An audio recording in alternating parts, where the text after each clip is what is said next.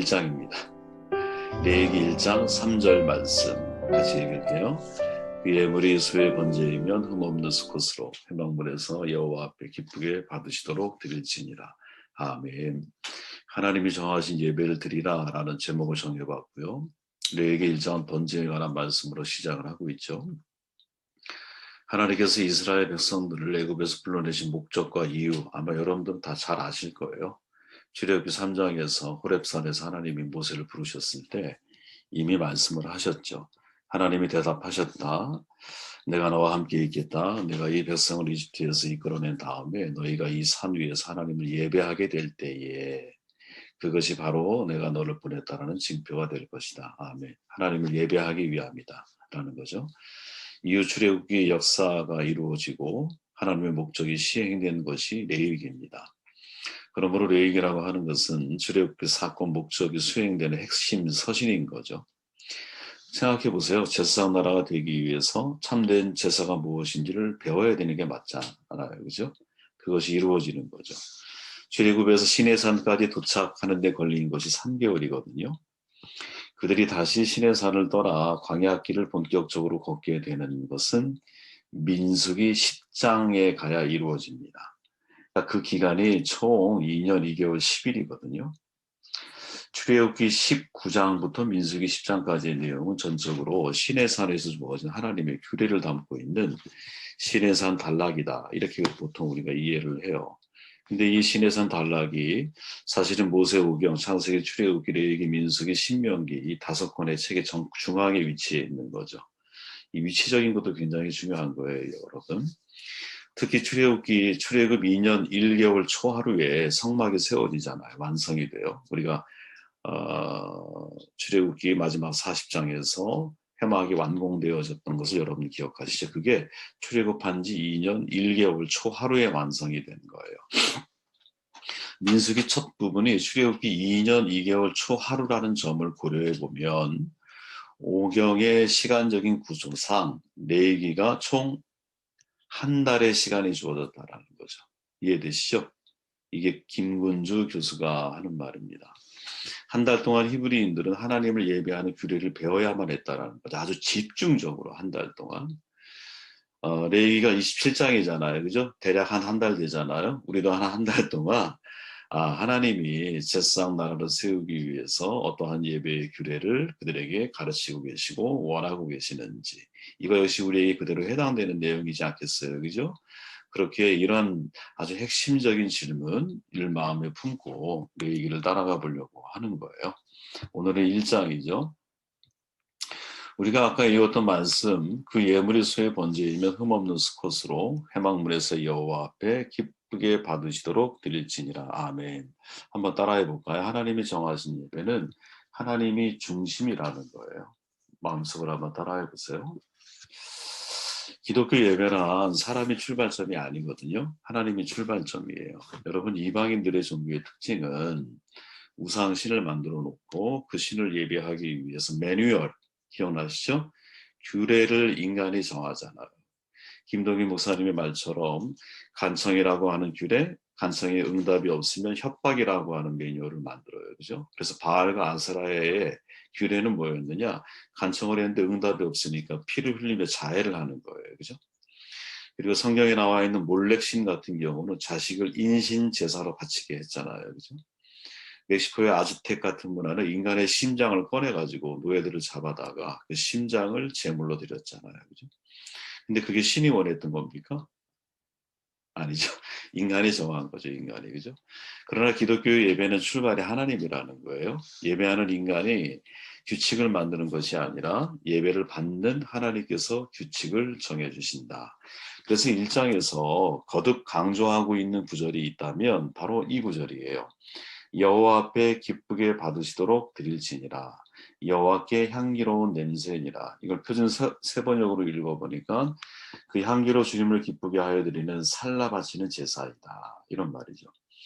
사람이 스스로 기쁨을 얻으려고 드리는 제사나 자기에게 향기로운 제사가 아니라 하나님께서 기뻐하는 제사, 하나님께서 향기롭다고 여기시는 제사에 초점을 맞춰져 있기 때문에 거기에 초점을 맞춰야 한다라는 거죠. 그러나 이 예배 규칙은 사실은 구약과 신약 모두 잘 지켜지지 않았어요. 구약의 이사야 선지자가 한 말 기억하시잖아요. 이사야서를 탁 피면 1장 첫 장에 나오는 말 가운데 하나가 뭐냐면 헛된 재물을 가져오지 말아라. 너희들이 성애와 더불어 악을 행하고 있구나. 우리로 얘기하면 예배와 더불어 악한 짓을 저지르고 있는 거야. 막 비판하면서 제사 중지를 선언을 하죠. 신약에 와서 예수님은 성전에 들어가셨는데 장사치들이 장사를 하고 있잖아요. 다 쫓아내시죠. 레위 지파가 성전 기구를 가지고 왔다 갔다 하는 것을 가지고 다니지 마 이렇게 명령하거든요. 이게 무슨 말이냐면 성전 종교를 중지시키는 거거든요. 제사장이 예배를 못 드리게 만드는 거나 똑같은 일인 거예요. 그리고 말씀하시죠. 야, 내 집은 만민이 기도하는 집이야. 이렇게 말씀하는 거죠. 그러니까 하나님이 원하는 예배를 너희들이 드리지 않고 있구나. 이런 말이죠. 근데 중요한 것은 그들은 끊임없이 제사를 드리고 있었다라는 거예요. 그죠? 하나님이 기쁘게 받으시니 향기로운 예배가 되려면 누가 만족해야 할까? 너무나 당연한 질문이죠. 하나님이 만족하셔야 됩니다. 근데 우리는 자꾸 예배 시간을 통해서 우리 자신의 만족을 시도하죠. 예배를 마치고 나오면서 흔히 하는 말들 가운데 야, 오늘 예배 별로야. 오늘 예배 참 좋았어. 야, 오늘 예배 되게 은혜롭더라. 이런 말들이 과연 이게 하나님의 만족을 생각한 말인지 아니면 내 만족을 생각한 말인지 진지하게 돌아봐야 되거든요. 물론 우리는 예배를 통해서 하나님의 은혜를 경험합니다. 그렇다고 해서 예배는 내가 은혜 받기 위해서 드리는 것은 아니라는 거죠. 이게 주객에 전도된 거예요, 여러분. 되게 습관적으로 저지르고 있지만 잘 인식하지 못하는 문제이거든요. 다시 말씀드리지만 예배를 통해 은혜를 경험해요. 그러나 내가 은혜 받기 위해서 예배를 드리는 것은 아니라는 거예요. 내가 은혜 받는 것이 예배드리는 목적이 될 수 없다라는 거죠. 예배의 목적은요. 하나님의 영광을 찬양하고 선포하고 하나님의 은혜에 내가 감사하고 그 은혜를 경축해 드리는 거거든요. 그죠? 예배란 예수 그리스도 안에 있는 하나님의 구속 행위를 경축하는 겁니다. 로버트 웨버의 말이에요. 그럼에도 많은 사람들이 예배는 내가 은혜 받기 위해 드린다고 생각을 하거든요. 이 접근 자체가 상당히 잘못된 거거든요. 예수님 시대에 구약 시대에도 바로 이 문제가 있었던 거예요. 그래서 예배는 은혜 받기 위해 드리는 것이 아니라 은혜를 받은 사람이 드리는 거예요. 아, 이 사람이 예배를 잘 드리고 있는가, 잘 드리지 못하고 있는가를 판단하는 중요한 기준이 있다면, 야, 이 사람이 은혜를 받은 사람이 은혜를 감사하기 위해서 예배를 드리고 있구나, 라는 것인지, 아니면 은혜를 받기 위해서 이 사람이 예배를 드리고 있구나, 이거를 분별하면 되는 거죠. 여러분 자신을 분별할 때 중요한 기준이 될 수 있습니다. 자기 만족을 위한 예배의 초점은 사람이거든요. 그 사람에게 초점을 맞춰 예배를 준비하게 되어 있어요. 하나님 말씀을 하나님의 마음을 드러내는 것보다 사람이 듣고 하고 싶어하는 설교를 고민하게 되는 거죠. 찬양을 하나님 앞에 하나님을 높여드리는 찬양보다 자기의 감정, 인간의 감정을 만질 수 있는 찬양을 나도 모르게 자꾸 선호하고 진행하게 되는 거죠. 이것은 예배의 주객전도이거든요. 바뀐 겁니다. 영적인 이심이라고 하는 것은 여러분 대단히 무서운 거예요. 겉으로는 은혜를 사모하는 것 같아요. 겉으로는 말씀을 갈급해하는 것 같아요.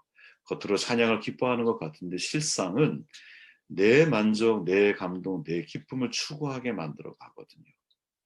그러니까 예배가 이렇게 가다 보니까 나를 위한 예배가 되고 인간을 위한 예배가 되는 거예요. 목회자 역시 어떻게 하면 교인들이 은혜를 받게 할 수 있을까? 어떻게 하면 감동을 줄 수 있을까? 초점을 자꾸 거기에 맞추게 돼요.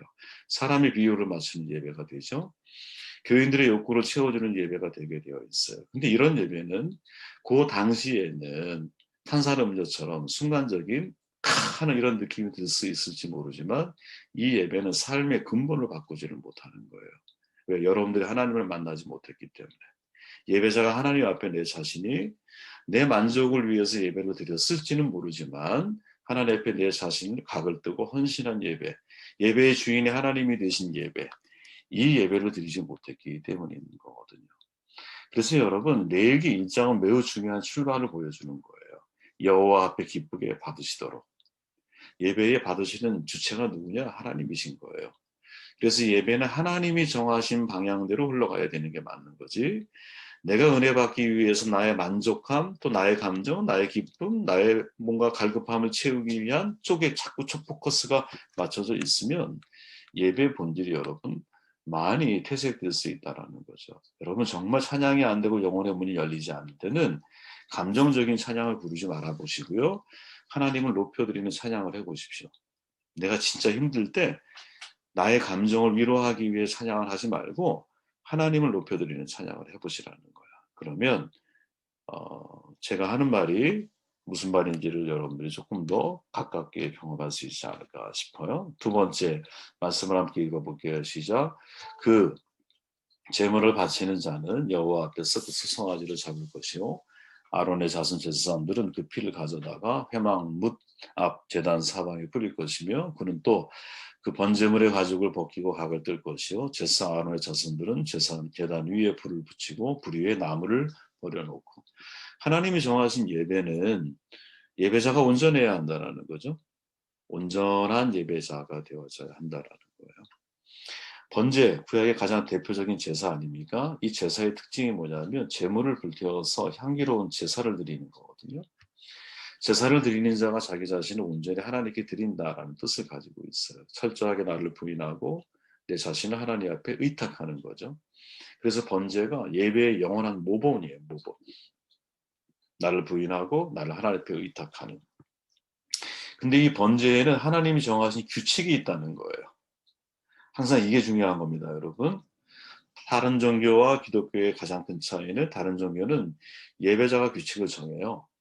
근데 예배의 목적 자체가 하나님이 우리를 거룩한 제사장 나라로 만들기 위한 것이기 때문에 기독교에서 말하는 모든 예배는 하나님이 규칙을 정하세요. 하나님이. 그래서 3절에 보면 같이 읽어볼게요. 그 예물이 소의 번제이면 흠없는 수컷으로 회막물에서 여호와 앞에 기쁘게 받으시도록 드리시니라. 반드시 흠없는 제물을 준비해야 한다라는 거죠. 흠없는 예물을 바치기 위해서는 반드시 전제가 있잖아요. 여러분, 제물 자체가 흠이 있는가 없는가는 제사장이 결정을 했는데 생각해 보세요. 흠이 없는 제물이 어디 있겠어요? 흠이 없는 인간이 없는데 흠이 없는 제물이 어디에 있겠어? 그 초점을 거기에 맞추면 안 된다라는 흠 없는 제물은 예수님밖에 없어요. 예수님을 상징하기 위해서 나와 있는 표현이라고 저는 이해를 해요. 그러면 흠없는 제물을 말하는 이유는 뭐냐? 흠없는 제물을 준비하기 위해서는 반드시 흠이 있는지 없는지를 반드시 제사 드리기 전에 살펴야 한다라는 전제가 있다는 거예요. 이해되시죠? 준비가 되어져야 된다라는 거지. 준비 없는 마음으로 예배를 드리는 예배가 어떻게 흠이 없는 예배가 될 수 있겠어요? 예배는 예배당에서 시작되는 게 아니잖아요. 그죠? 예배는 내가 예배 드리기 위해서 나의 가정이든 나의 삶의 일터이든 예배를 준비하는 순간부터 이미 예배는 시작된 거죠. 네가 마음의 결심을 하고 하나님 앞에 그것을 고백하려고 할 때 이미 내가 너의 기도를 들었잖아. 그죠? 다니엘서에 보면 순종과 복종 그리고 존중의 차이가 있다. 어제 제가 나눈 말씀이잖아요. 순종은 행동의 문제예요. 복종은 태도의 문제예요. 존중은 뭐냐? 마음의 문제예요. 흠이 없는 예배를 드리기 위해서 일주일 동안 준비하는 사람이 있고 하루 전에 준비하는 사람이 있고 당일날 아침에 준비하는 사람이 있고 그나마 아무것도 준비하지 않는 사람이 있어요. 문제가 뭘까요, 여러분? 이건 존중의 문제라는 거예요. 이미 존중해서 예배가 결정이 된 겁니다. 흠없는 제물을 바쳐야 한다라는 거. 흠이 없는 제물은 없다니까요. 단지 흠이 없는 제물을 준비하기 위해서 나는 그 일주일을 내가 그렇게 준비할 거냐? 하루를 준비할 거냐? 아침에 준비할 거냐? 그나마 그것도 준비하지 않고 늦게 예배 시간에 가서 그냥 마치 무슨 일수 도장 찍듯이 예배드리고 내가 나올 거냐? 그 마음 자체에 내 존중의 태도가 담겨 있다는 거죠. 그죠? 이 태도를 하나님이 먼저 보신다는 사실을 절대로 잊으면 안 되고 흠없는 제물 속에 담긴 하나님의 마음이라는 거예요. 4절 같이 읽어볼게요. 그는 번제의 머리에 안수할지니 그를 위하여 기쁘게 받으심이 되어 그를 위하여 속죄가 될 것이라. 번제 드리는 자 제물의 머리에 안수하는 것으로 시작이 되죠. 안수란 말 그대로 나의 죄를 전가하는 거예요. 그러니까 예배는 뭐냐? 회개로부터 시작이 되어져야 맞다라는 거죠. 제물을 잡았어요. 그죠? 번제단에서. 제사장이 피를 가져가기 전에 거쳐야 하는 장소가 있었잖아요. 그게 물두멍이었잖아. 그지? 내 손의 정결 예식을 위해서 씻고 들어가야 되는 거야. 빛에 들어갈 수가 없어요. 내 몸이. 마찬가지로 우리가 주 앞에 예배하고 하나님을 만나기 위해 들어갈 때는 내가 어떤 삶을 살아왔는지에 대한 과거에 대한 깊은 돌아봄. 그래서 깊은 회개. 그래서 하나님의 은혜를 갈구할 수밖에 없는 나의 신분적인 영적인 위치를 정돈하고 파악하는 게 우선이라는 거지. 그게. 나는 하나님 앞에 의롭기 때문에 예배하는 게 아니에요. 하나님, 저는 죄인이에요. 하지만 저를 하나님 의롭다 하셨어요. 그래서 그 감격과 기쁨과 용서의 이 회복에 대한 하나님의 자비와 은혜에 대한 기쁨을 가지고 내가 하나님 앞에 나아가는 것이 중요한 하나님이 만드신 예배의 순서라는 거죠. 그리고 우리가 읽었던 5절 그 이하에 보면 번제물은 반드시, 이건 핵심입니다, 여러분. 제사를 드리는 자가 잡아야 한다라는 거예요. 우리의 착각은 예배는 목사가 준비하고 여러분들 동참하면 끝난다고 착각하잖아요. 이것만큼 무서운 예배의 병이 없어요. 질병이에요, 그거는 여러분. 성경이 말하는 예배는요, 여러분. 제물을 바친 자가 제물을 죽여요. 가죽을 벗겨요. 고기에 각을 떠요. 내장과 다리를 다 씻어요. 그 이 모든 것을 다 누가 하냐면 예배자가 하는 거예요, 여러분. 그럼 제사장은 뭐만 하는지 아세요? 거기서 나온 피를 받아가지고 그거를 성소에 가져가는 역할만 하는 거예요. 이 말의 핵심이 뭡니까, 여러분? 예배는 내가 드리는 거야. 여러분 예배를 보는 자가 되는 게 아니에요. 예배는 목사의 설교 감상하고 성가대 찬양 구경하고 여러분 이것만큼 무서운 예배에 이게 오늘날 한국교회 제일 많은 그리스도인들이 살아가는 삶의 패턴이 이 모습이 아닐까 싶을 정도로 그냥 나는 예배를 보고 오는 거죠. 왜 큰 교회를 사람들이 선호한다고 생각하십니까? 보는데 익숙하잖아요. 잘 준비되어져 있거든요. 그들이 전해주는 잘 갖춰진 예배가 나로 하여금 예배에 대한 감정, 은혜 받은 것 같은 느낌이 들거든요. 근데 예배는 이게 아니에요, 여러분. 예배는 내가 죽이는 거거든요. 왜 재물을 죽이고 가죽을 벗기고 고기에 각을 뜨고 내장을 씻고 온통 내 몸에 피비린내가 배어 있을 거 아니야, 피자국이, 그죠? 이게 나에게 주는 교훈이 도대체 뭡니까, 여러분? 내가 죽는 시간이라는 거지, 그 과정을 통해서. 그래서 안식일의 주인이 누가? 주님이 되시는 거죠, 내가 죽고. 주님이 대신 죽으셨지만 나는 거룩한 산제물이 되었기에 살아있는 내 삶을 통해서 하나님 앞에 온전한 헌신을 드려야 되는 것이죠. 그래서 마지막에 이런 내용으로 정돈이 되는 거예요. 9절 같이 한번 읽어볼게요. 시작. 그 내장과 정강이를 물로 씻을 것이요 제사장은 그 전부를 제단 위에서 불살라 번제를 드릴지니 이는 화제라 여호와께 향기로운 냄새라. 13절 그 내장과 그 정강이를 물로 씻을 것이요 제사장은 그 전부를 가져다가 제단 위에서 불살라 번제를 드려라 이는 화제다 여호와께 향기로운 냄새라. 하나님이 정하신 예배는 그 전부를 드리는 예배라는 거지. 이걸 우리식으로 표현하면 온전한 헌신이다 이렇게 말할 수 있는 거예요. 그죠? 번제란 전부를 불태워 바치는 거라는 거예요. 머리와 기름, 내장, 정강이 전부 다 태워져요. 여러분 예수님 조금 있으면 고난주간이잖아요. 옆구리에 창에 찔렸어요. 심장을 관통하죠. 여러분 이게 왜 항면이 들어가 있는지 아세요? 사람이 마지막 남아있는 피, 발의 모습이 바뀌었으니 밑으로 다 흘러내려요. 근데 인간의 몸에 가지고 있는 마지막 피가 어디에 있냐면 심장에 있대요. 심장. 그 마지막 피까지 예수님이 이 땅에 흘리신 거죠. 그 전부라는 거예요. 전부. 그 전부를 그렇게 하신 분이 말씀하시기를 내 마음을 다하고 뜻을 다하고 목숨을 다해서 힘을 다해서 주 너희 하나님을 사랑하라라고 말씀하는 거죠. 예수님은 적당주의를 거부하시는 거죠. 하나님이 정하신 예배는 그 전부를 가져다가 즉 온전한 헌신이라는 내용을 요구하고 있는 거죠. 구약의 제사 피 흘림을 통한 헌신의 제사예요. 신약의 예배 산제사예요. 사도 바울이 이거를 이렇게 트랜스포해 주죠. 로마서 12장 1절에서 그러므로 형제들아 내가 하나님의 모든 자비하심으로 너희를 권하노니 너희 뭐 하나님이 기뻐하신 거룩한 산제물로 드리라. 이는 너희가 드릴 영적 예배니라. 제가 매주 예배 때마다 기원으로 하는 말씀이에요. 산제물이라고 하는 말에 여러 가지 해석이 있을 수 있겠지만 여러분들이 이해할 때 그래도 진짜 쉽게 편안하게 이해할 수 있는 게 뭐냐? 내 일상의 삶 속에서 드려지는 것이라는 거죠. 매일. 구약의 제사가 특정한 시간, 장소에서 드려진 것이라면 거룩한 산제물로서의 산제사는 내가 언제 어디서든 살아있는 예배를 드려야 한다는 거죠. 토조 목사님이 이것이 예배다라고 하는 책을 쓰셨는데 내용 중에 이렇게 말해요. 하나님을 월요일에 예배할 수 없다면 하나님을 주일에 예배하는 것이 아니다. 하나님을 토요일에 예배하지 않는다면 주일에 하나님을 예배할 준비를 다하지 못한 것이다. 생활 전체가 유리된 예배는 예배가 아니다. 우리에게 필요한 것은 하나님께 마음을 집중하는 것이다. 아멘. 제가 유신소 목사의 모두를 바꾸지 마세요. 기억하시죠? 지난주에 제가 나눴던 얘기잖아요. 가정과 교회와 일터의 현장에서 내 모두가 바뀌면 안 돼요. 왜? 성막은 나와 함께하는 것이고 내 안에 있는 성막이니까. 그래서 예배가 마찬가지라는 거죠. 일주일에 하루가 아니라는 거예요. 주일의 예배가 일주일을 영향을 줘야 되는 것이죠. 그래서 주일에 시작된 예배가 일주일의 나의 삶을 만들어가는 패턴이 되어져야 한다는 거예요. 제가 엊그제부터 읽기 시작하는 설교자의 일주일이라고 하는 책을 묵상하고 있는데 설교는 설교자의 인격과 맞물려 있잖아요. 로이드 존스의 말처럼. 그분이 굉장히 훌륭한 책인데 이분의 책을 읽고 더 깊은 차원에서 책을 쓴 게 설교자의 일주일이라고 하는 한국 김영봉 교수가 쓴 책이에요. 젊은 목회자에게 말을 해요. 이런 말이에요. 눈으로 따라와 보세요. 하나님께서 믿는 사람에게 기대하시는 것은 성실과 신실입니다. 성공은 결과를 말하는 것인 반면에 성실 혹은 신실은 과정을 말합니다. 하나님은 결과를 당신께 맡기고 과정에 집중하라고 하십니다. 성장 혹은 성공을 목표로 삼은 것은 목회자의 가장 큰 유혹입니다.